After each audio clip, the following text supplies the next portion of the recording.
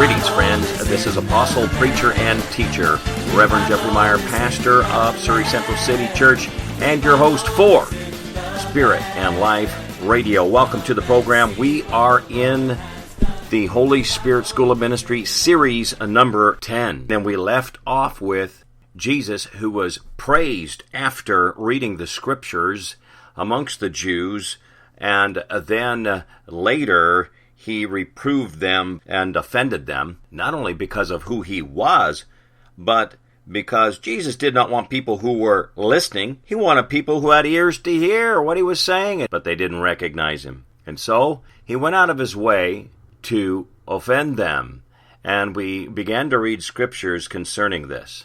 The fact of the matter is, Jesus was gearing up for one of history's greatest sermons, both profound and deeply offensive to the Jews who heard it. First, he has accused the congregation of being interested in nothing more than the flesh to the detriment of their spirits. Next, however, he completely blew away anything they had ever heard and preached what had to be, to them, the weirdest and most offensive sermon they had ever heard. You can't fully appreciate the depth of offense the people had unless you step back and try to imagine this sermon from their perspective. Outside the super religiosity we've built around anything surrounding Jesus. Now, for a minute, imagine you were in that audience listening to him preach. If you were in that audience, you would have no way of knowing he was the Messiah. For all you would know, he was just another traveling preacher. Now imagine this preacher began to preach this stuff. They said therefore unto him, What sign shewest thou then, that we may see and believe thee? What dost thou work? Our fathers did eat manna in the desert, as it is written. He gave them bread from heaven to eat. Then Jesus said unto them, Verily, verily, I say unto you, Moses gave you not that bread from heaven, but my Father giveth you the true bread from heaven. For the bread of God is he which cometh down from heaven, and giveth life unto the world. Then said they unto him, Lord, evermore give us this bread. And Jesus said unto them, I am the bread of life. He that cometh to me shall never hunger, and he that believeth on me shall never thirst. John chapter 6, verses 30 through 35. Whoa! Hold on a second. Jesus, in a few short words, has claimed to be greater than Moses. Few things, my friends, could be more offensive to religious Jews. Moses was largely viewed as the founder of the nation. For Jesus to claim that the bread he was giving was greater than the bread Moses gave was essentially to claim greatness greater than that of Moses. But that was only the beginning of the offensive statements. Remember, you have to imagine this as if you're just someone in the crowd hearing this traveling preacher speak. He goes on to say, But I said unto you, that ye also have seen me, and believe not. All that the Father giveth me shall come to me, and him that cometh to me I will in no wise cast out. For I came down from heaven, not to do my own will, but the will of him that sent me. And this is the Father's will which hath sent me, that all which he hath given me I should lose nothing, but should raise it up again at the last day. And this is the will of him that sent me, that every one which seeth the Son, and believeth on him, may have everlasting life. And I will raise him up at the last day. Okay, wait a second, traveling preacher. What's this we just heard about you? Coming down from heaven? Can you imagine this, my friends? Men who had probably been following him for weeks began to question themselves. What have we gotten ourselves into now? But it only got worse. Listen to Jesus. Jesus therefore answered, and said unto them, Murmur not amongst yourselves. No man can come to me, except the Father which hath sent me draw him. And I will raise him up at the last day. It is written in the prophets, and they shall be all taught of God. Every man therefore that hath heard and hath learned of the Father cometh unto me. Not that any man hath seen the Father, save he which is of God. He hath seen the Father. Verily, verily, I say unto you, he that believeth on me hath everlasting life. I am that bread of life. Your fathers did eat manna in the wilderness, and are dead. This is the bread which cometh down from heaven, that a man may eat thereof, and not die. I am the living bread which came down from heaven. Any man eat of this bread, he shall live forever, and the bread that I will give is my flesh, which I will give for the life of the world. John 6:43 through verse 51. Now step back from your Christian perspective for a second now, friend. Forget a second that you've grown up with this teaching all your Christian life. Now think for a second what it must have sounded like to the people who heard it. Whoever believes on me will have everlasting life. I am the bread of life. I am the living bread. You must eat of my flesh to live forever. Oh my gosh, what would you have thought? Remember also, his listeners didn't know that Jesus was the Messiah. For all they knew, he was just some preacher traveling the countryside. And there were plenty, as I stated, roaming preachers in those days.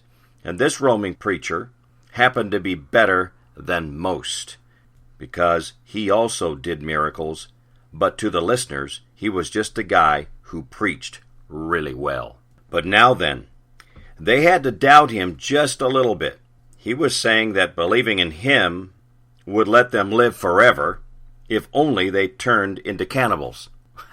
Well, just in case they didn't hear him clearly, Jesus again goes out of his way to reiterate what he said, making sure they hear him correctly. The Jews therefore strove among themselves, saying, How can this man give us his flesh to eat?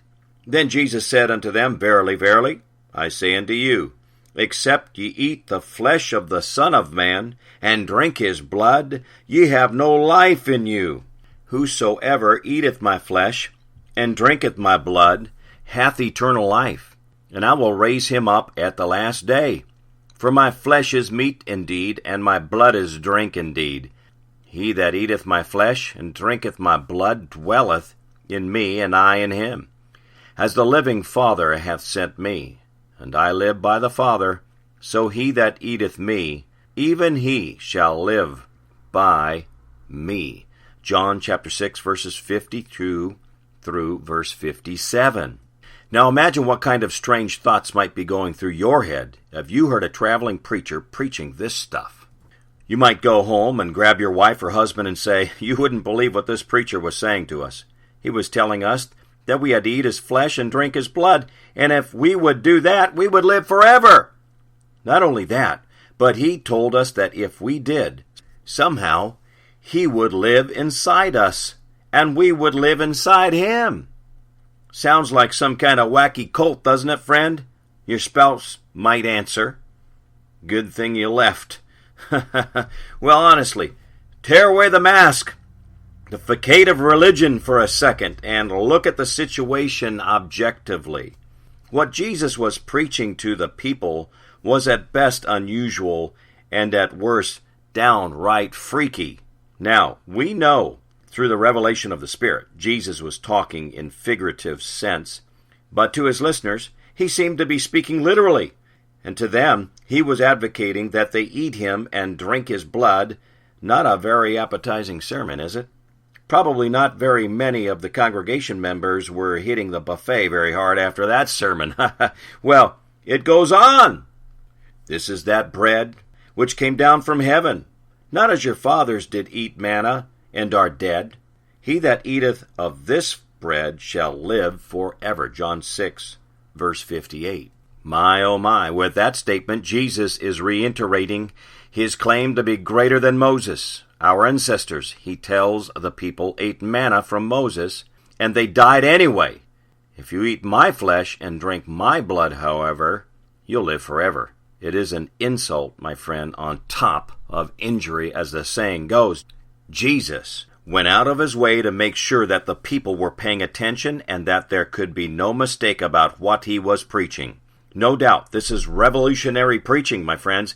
Talk about breaking past the preoccupation bearer. If he didn't have their attention before, he certainly had it now. Remember at the beginning, if you preach to people what they already agreed with, remember, they will turn off their objective ears and will simply agree with you because they trust you.